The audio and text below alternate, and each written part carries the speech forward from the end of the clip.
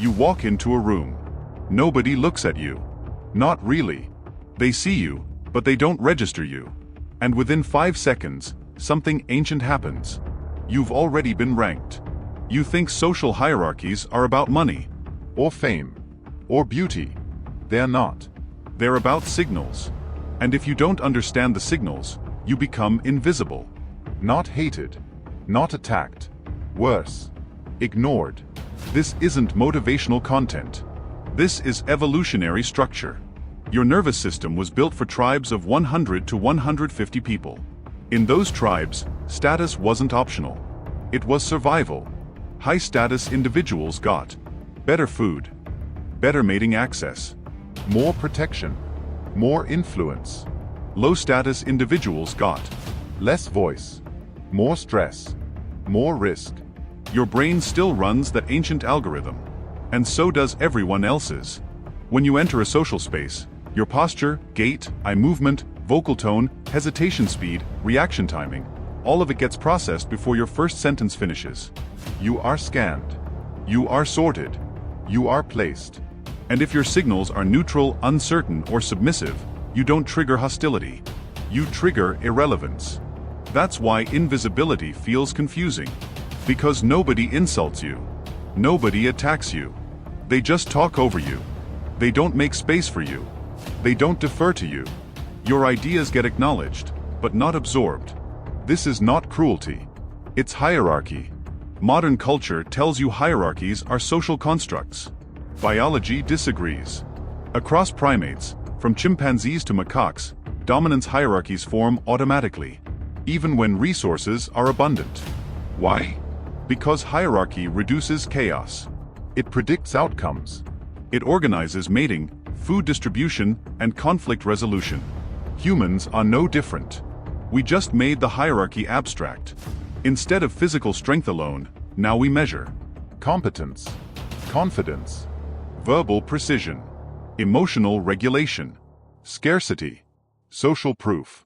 But the evaluation speed hasn't changed. Milliseconds. Here's where most people lose. They think status is declared. It isn't. It's inferred.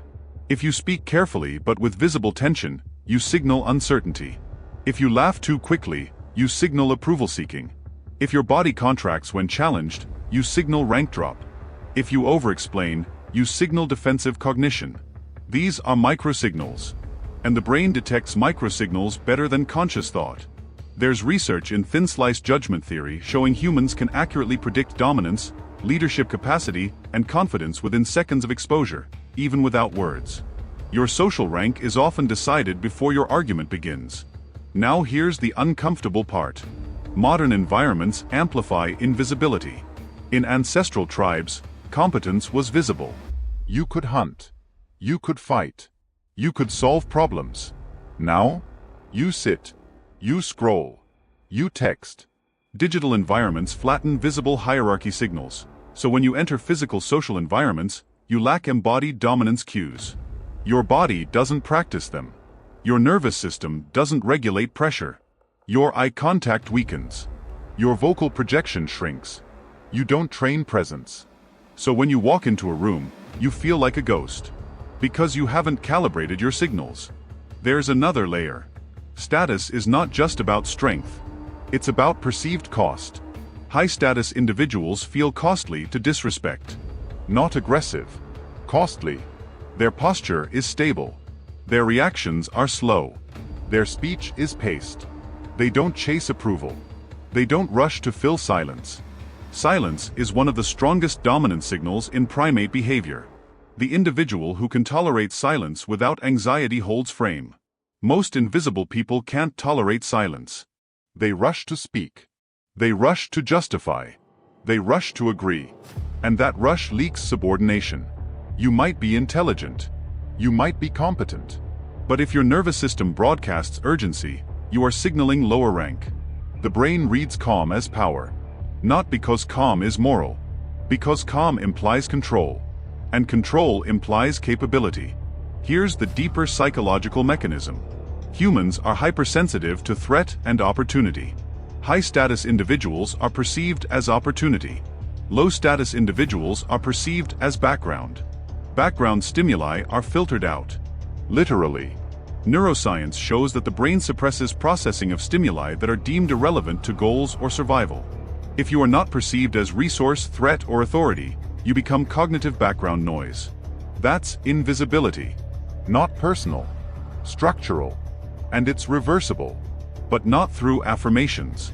Through signal recalibration. First, posture. Open chest. Grounded stance. Slow movements. No fidgeting. Second, gaze. Hold eye contact 1 second longer than comfort. Not aggressively, but steadily. Third, speech. Reduce filler words. Lower vocal pitch slightly. Slow down cadence. Fourth, silence tolerance. Let pauses exist. Let others lean in. Fifth, scarcity. Do not overshare availability. High-status individuals appear selective. This is not manipulation. It is alignment with evolutionary software. You don't dominate by shouting. You dominate by stabilizing.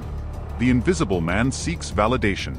The high-status man assumes position. And here's the twist. You don't need everyone to see you. You need the right individuals to reclassify you. Hierarchy shifts happen through key nodes. If one respected individual defers to you, others update. Status is socially contagious. This is why public speaking can rapidly increase perceived rank. It centralizes attention. It reframes you as information source. And humans respect information control. But the mistake? Trying to jump tiers without embodied change. If your internal state contradicts your external performance, microleaks expose you. Your body must believe you belong at the level you're signaling.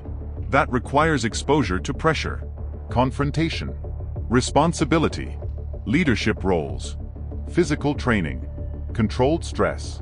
Hierarchy is not won in theory. It's calibrated in discomfort. If you feel invisible, it's not because you lack value.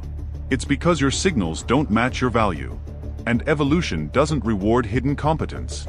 It rewards visible stability. So the next time you enter a room and feel ignored, don't interpret it emotionally. Interpret it structurally. What signals did you send? What pace did you walk? How did you occupy space? Did you rush? Did you shrink? Did you seek? Or did you hold?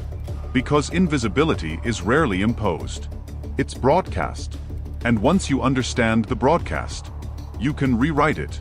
But only if you stop asking to be seen. And start behaving like someone who doesn't need permission. Subscribe. Not for motivation. For structural clarity.